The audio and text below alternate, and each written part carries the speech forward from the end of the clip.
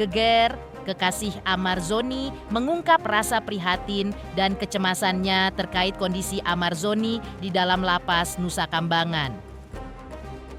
Hal itu terungkap ketika baru-baru ini Dr. Camelia mengaku berhasil berkomunikasi dengan Amarzoni melalui sambungan telepon dan disambungkan oleh kuasa hukum Amarzoni, John Matias. Diungkapkan sang kekasih bahwa Amarzoni terkesan dibatasi untuk berkonsultasi dengan kuasa hukumnya, terutama ketika membuat eksepsi untuk kasusnya dugaan peredaran obat terlarang di dalam lapas. Bahkan terungkap bahwa selama di Nusa Kambangan Amarzoni ditempatkan di ruangan dengan tingkat keamanan maksimum, mata ditutup serta tangan dan kaki diborgol. Dengan kondisi itu, Amarzoni setiap hari keluar ruangan untuk menghirup udara segar selama 1 jam. Hal itu membuat ibu angkat Amarzoni pun merasa cemas. Apalagi sebelumnya, Amarzoni mengeluhkan kondisi kesehatannya yang menurun dan psikisnya sempat di titik depresi.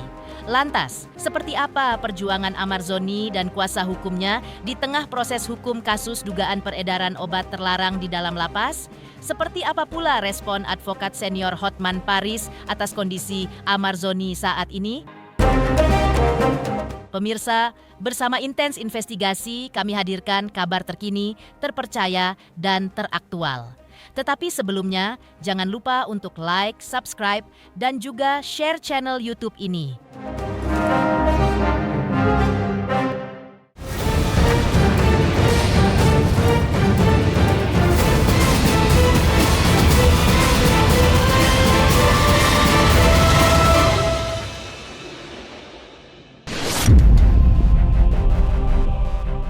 Kondisi Amarzoni di penjara Nusa Kambangan mencemaskan orang-orang terdekatnya yang secara blak-blakan mengungkapkan kecemasan terkait kondisi Amarzoni belakangan ini adalah sang kekasih Dr. Camelia. Hal itu terungkap ketika baru-baru ini Dr. Camelia mengaku bisa berkomunikasi dengan Amarzoni melalui telepon setelah disambungkan oleh kuasa hukum Amarzoni yaitu John Matias. Ketatnya pembatasan terhadap gerak Amarzoni di penjara di tengah perjuangannya mendapatkan keadilan dalam kasus obat terlarang dengan tuduhan diduga terlibat peredaran narkoba di dalam lapas menjadi salah satu poin kecemasan dari sang kekasih Dr. Camelia. Ya, sang kekasih menyayangkan sulitnya komunikasi antara Amarzoni dan kuasa hukumnya, padahal penasihat hukumnya sudah mengajukan surat permohonan agar Amarzoni diberikan kesempatan untuk membela haknya bersama kuasa hukumnya di muka pengadilan, namun hanya diberikan waktu sangat singkat. Ya, kemarin kan emang sebenarnya sidang pertama udah diajuin secara offline, cuman kan emang nggak tahu ya kan, karena yang bisa buat keputusan itu kan majelis hakim, padahal pihak jaksa juga udah setuju. Kemudian untuk sidang kedua selama jarak 2 minggu, PH dikasih waktu cuma 1 hari, telepon itu pun cuma 30 menit, 3 menit apa sampai 30 menit gitu. Jadi makanya kemarin sidangnya ditunda lagi, terusnya eksepsi jadi nggak bisa eksepsi, bagaimana mau dia pembelaan sedangkan komunikasi sama PH-nya aja nggak lancar gitu. Terus sama nggak disediain kertas, nggak disediain pulpen gitu. Nggak ada, cuma sama PH doang sekali seminggu sebelum sidang, itu hari Jumat, cuma 30 menit. Terus pas kemarin Kamis lalu sebelum sidang, udah itu doang gitu. Jadi nggak ada komunikasi lagi, padahal PH-nya juga udah bersurat untuk surat permohonan untuk diberi kewenangan lah untuk mereka berbicara lah gitu, untuk mengobrol tentang pembelaan ya, eksepsi gitu. Tapi ya itu kan PH-nya juga udah ngomong waktu di sidang, cuma dikasih waktu 3 menit atau 30 menit. Enggak, komunikasi sama aku itu hari Jumat, harusnya komunikasi sama Om John, tapi Om John telepon ke aku, jadi disambungin bertiga gitu ngobrolnya. Kalau aku tuh lebih, kalau ngobrol sama Bang Amar tuh kemarin cuma 1 menit kali, cuman bagaimana keadaan dia, tetap ngasih semangat, jangan sampai, ya maksudnya jangan sampai down lah gitu, pasti akan selesai kok ini gitu. Aku lebih ke situ sih, aku nggak nanya psikisnya dia gitu-gitu, enggak gitu, aku cuman nguatin dia aja gitu. Sang kekasih Dr. Camelia juga mengungkap kondisi Ammar Zoni di dalam penjara Nusa Kambangan yang memprihatinkan. Disebutkannya bahwa Ammar Zoni mengeluhkan kakinya terasa kebas.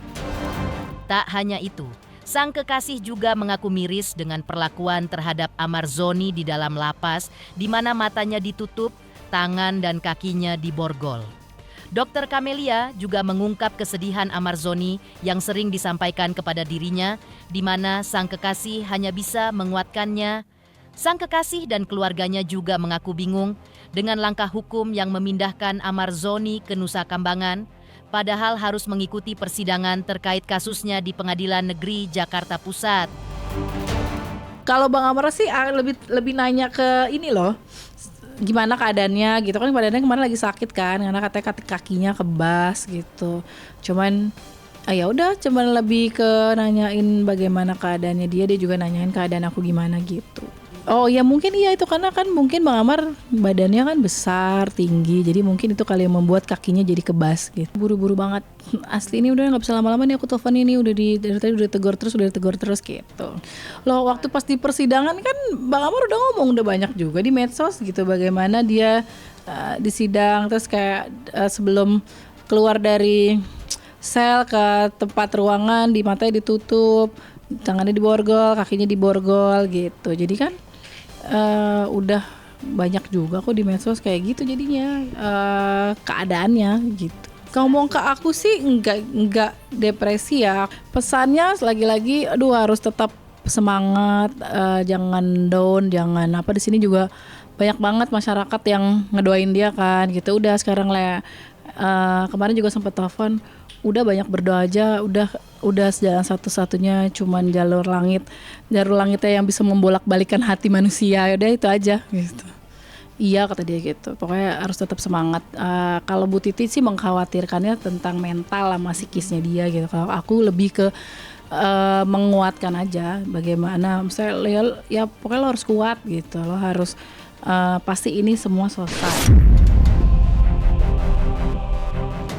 Kekasih Ammar Zoni, yaitu Dr. Camelia, juga menyindir sejumlah pihak yang katanya ingin membantu Ammar Zoni, tetapi hanya memanfaatkan berita Ammar untuk followers atau popularitas belaka. Namun menurut Dr. Camelia, kenyataannya di lapangan tidak ada bantuan apapun yang diberikan untuk Ammar Zoni. Menghadapi berbagai upaya pihak Ammar Zoni yang kini seakan semuanya buntu, Dr. Camelia mengaku pasrah dan tak mau meminta bantuan manusia lagi.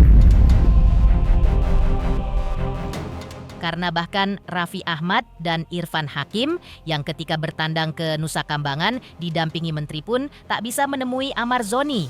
Karena menurut Irfan Hakim, sel Ammar tempatkan di sistem keamanan paling tinggi sehingga Raffi yang ingin menjenguknya pun tetap tidak diizinkan. Tak hanya kekasih, ibu angkat juga mengkhawatirkan kondisi Ammar Zoni akan mengalami masalah kejiwaan selama berada di penjara Nusa Kambangan. Kecemasan ibu angkat tersebut dipicu oleh kabar bahwa kondisi kesehatan Ammar Zoni belakangan ini kian menurun. Menurutnya, mental Ammar Zoni akan bermasalah jika Ammar Zoni betul pecandu, namun ditempatkan di dalam sel lapas sekelas Nusa Kambangan yang ia yakin tidak ada proses rehabilitasi di dalamnya. Ya udah di titik kecewa, mau minta tolong sama manusia juga kan. Ya begitu, kadang-kadang jadi momen memanfaatkan keadaan berita ini buat followersnya naik lah, yang mau ngomong, mau bantu, mau ini, tapi kan kenyataannya nggak ada tuh gitu. Jadi ya udah sekarang sih aku lebih ke berserah diri aja sama Allah, udah pakai jalur langit aja sekarang. Ya pokoknya intinya gitulah, kenapa dia disalahin gitu-gitu kan, sedangkan aku udah di jalur yang saya udah di jalur yang benar, ada kamu gitu, aku udah nurut semua maunya kamu, maunya Tuhan, kenapa aku ditarik lagi gitu loh, gitu. Jadi dia sempat agak sedihnya kayak gitu. Gimana sih ketemu di FYP sama Raffi sama Ivan sih bilangnya dia nggak ketemu karena selnya Bang Amar kan yang tingkat paling tinggi, jadi prosedurnya emang nggak boleh ketemu. Kalaupun ketemu ya cuma video call, kata Kak Ivan. Yang ngapain juga, kita kan mau ngasih supportnya secara ketemu gitu loh, bukan gitu. Nah gitulah, nggak ngerti juga aku sih udah di titik yang pasrah lewat jalur langit aja sekarang gitu, nggak usah berharap lagi sama manusia. Sementara Amar di sana itu kondisinya, kesehatannya itu menurun. Dia mulai merasakan badan yang kakinya kebas-kebas begitu, dan saya yakin itu mentalnya itu kecewa, kemudian stres, kemudian trauma sampai pada depresi, dan itu akan terus meningkat nanti sampai ke psikose, gangguan kejiwaan. Itu yang saya khawatirkan gitu, karena dia juga sudah sebelum dibawa ke Nusa Kambangan itu kan juga sudah bilang sama dokter Lia gitu kan, bahwa kenapa selalu salah, apa yang dilakukan selama ini semuanya salah, apa yang ini semua orang tidak suka, dan dia selalu di posisi yang saatnya. Ini kan artinya sudah depresi dia gitu. Nah, sudah diomongin, tapi kalau dengan saya, dia ingin memperlihatkan dirinya itu untuk mampu menguasai, menyelesaikan semua masalahnya. Tetapi saya tahu bahwa Amar ini mengalami mentalnya itu ya menurun, down lah gitu. Jadi gangguan kesehatan mentalnya itu Amar ini terlihat, cuman dia memperlihatkan seolah-olah kuat. Ya ada kesehatan ya, bahwa dia di sana itu ya terbatas anak gerak-geriknya, ini hanya di dalam ruangan saja dan tidak apa-apa, tidak ada pembinaan, hanya di dalam ruangan sendiri, dinding kiri kanan, kemudian diborgol kalau keluar, itu pun ditutup matanya. Dia kalau ngambil minum itu juga diborgol dan ditutup. Ini kan nggak manusiawi ini. Karena rehab ini kan ada yang namanya terapi, ya kan? Terapi untuk kognitifnya, rasionalnya, emosionalnya, logikanya, ya kan? Fungsi kontrolnya itu diberikan terapi oleh ahlinya, psikiater. Kemudian kejiwaannya dengan psikolog. Nah, nanti bagian saya memberikan konseling terpadunya, bagaimana penyalahguna narkotika itu menyadari semua apa yang dia telah lakukan, kesalahannya, sehingga akan ada yang namanya adalah perubahan. Mengejutkan, kekasih dan ibu angkat ungkap hal pilu terkait kondisi Amar Zoni di Nusa Kambangan. Lantas, seperti apa pula kuasa hukum yang begitu ngotot ingin menghadirkan Amar Zoni secara langsung di ruang Pengadilan Negeri Jakarta Pusat saat persidangan?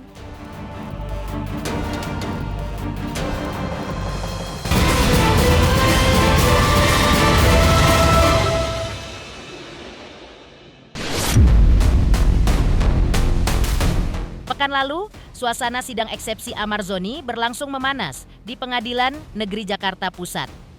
Belum dihadirkan Amar Zoni secara langsung di ruang sidang menjadi pemicunya.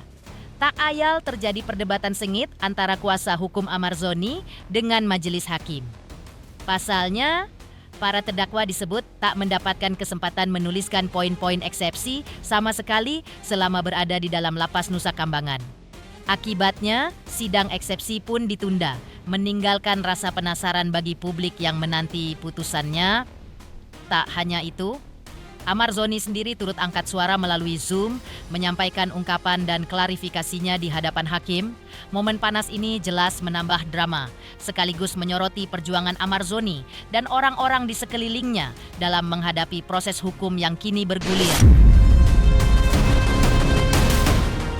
Apalagi kini memiliki akses yang jauh dan komunikasi yang terbatas, mengingat Amar Zoni saat ini berada di lapas Nusa Kambangan, Cilacap, Jawa Tengah. Ini butuh waktu lagi. Yang jelas kemudian sebenarnya sejujurnya yang kami harapkan adalah sidang mulia bisa memberikan ketetapan untuk selama di persidangan ini kami punya akses untuk bisa berkomunikasi penuh kepada pengacara pertama, kedua itu kan ya kami bisa dipindahkan sementara gitu. Sementara soal persidangan itu aja, makanya ini memberikan lebih agar akses kami biar lebih mudah. Kesempatan yang saya berikan waktu yang akan datang saudara para terdakwa tidak juga siang begini ya kita lompatin. Biar cepat persidangannya biar cepat. Gimana jadi butuh berapa lama para terdakwa untuk menyusun eksepsi? Kalau 1 minggu gimana? Gimana? Ya kalau menurut kami yang mulia begini, supaya ini kan dalam situasi ya kondisi psikis dari mereka ini. Karena bagus saya, karena saya ya, mungkin ditunda aja 1 minggu lebih jam persidangan dan tidak ada connect lagi. Jadi kita ya sesuaikan jadwal. Jadi kan nanti ada lagi perubahan, nanti kan kita kan harus kerja target dan cepat juga kepastian hukum. Jadi gini aja lah, kalau saudara terdakwa 6, kita minta sudah 1 minggu, ya ada yang tidak ada, yang penting PH udah siap, itu aja. Itu ya, terdakwa ya, karena terdakwa kelamaan katanya. Ya penundaan itu mungkin alasannya kan ya ada hak ya terdakwa yang tidak diberikan. Contohnya dia mau bikin eksepsi, itu alat tulisnya nggak ada, pulpennya nggak ada.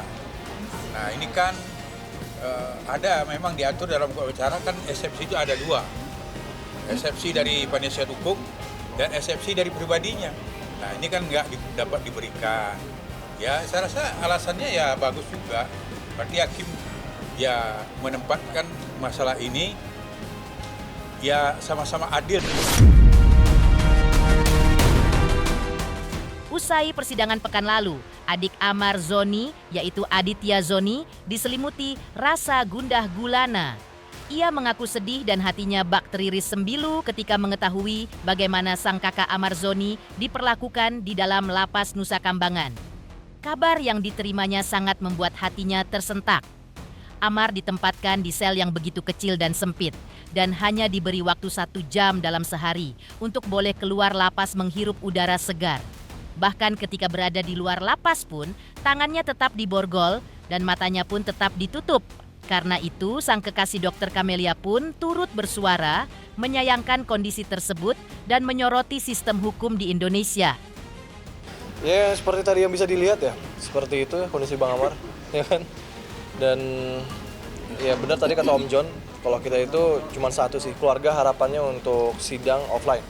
Bang Amar dihadirkan di persidangan agar bisa menyampaikan dan menyampaikan secara bebas, secara leluasa, secara hak warga negara.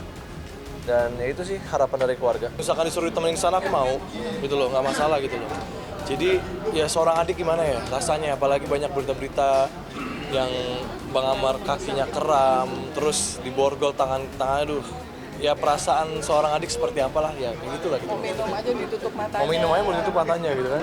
Jadi ya emang harus ya seorang adik pasti kalau misalkan nanya perasaannya gimana sakit banget. Abang ke Amar Zoni? Siapa? Saya? Oh nggak ada. Saya belum. Saya tuh waktu itu cuman disuruh di sini ya kayak. Ya, disuruh surat-surat gitu ya. Kalau mau berhubungan keluarganya itu ada syarat-syaratnya gitulah, suruh bikin surat menyurat gitu. Menyurat, terus permohonan, nanti video call. Nanti video call jatahnya sebulan sekali, itu pun harus bermohon dulu gitu. Ya, jadi betul. selama ini yang berkomunikasi dengan Om John aja gitu. Iya. Benar gak sih mungkin katanya Amar itu geraknya terbatas? Oh iya, kemarin yang dengar kata Om John itu kan, Om John bilangnya mungkin karena selnya kecil, jadinya sebenarnya tadi mau didengerin semuanya kan, mau diputar semuanya, cuman sama hakim nggak boleh kan. Itu sama Om John baru sedikit dikeluarkan, belum semuanya dikeluarkan bagaimana keadaan Bang Amar di sana, karena tadi sama hakim nggak boleh juga kan. Jadi coba nanti tanya Om John aja rekamannya seluruhnya gimana gitu. Bebas, betul. aja, Iya betul. Iya, 1 jam sehari. Iya makanya kayak. Katanya bisa dengar sendiri Bang Amar bilang kalau kita kemana-mana dari sel ke tempatnya itu ditutup, diborgol gitu kan. Jadi tadi kalian bisa dengar sendiri kan kesaksiannya Bang Amar sebagaimana gitu. Jadi sangat menyayangkan kan ya, menurut aku hukum Indonesia tuh aduh gimana ya. Mengejutkan, sikap kuasa hukum Amar Zoni yang ngotot ingin hadirkan Amar Zoni secara langsung di persidangan, tidak secara online. Lantas, seperti apa pula respon advokat senior Hotman Paris terkait langkah Amar Zoni yang berjuang agar bisa hadir langsung di persidangannya?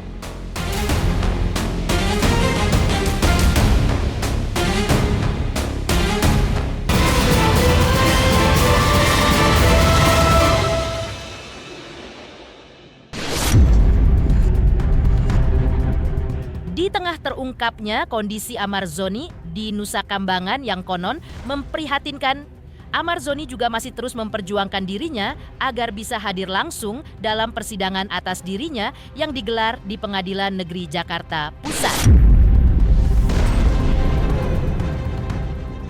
Terkait perjuangan Amar Zoni tersebut, advokat senior Hotman Paris Hutapea pun turut menanggapinya.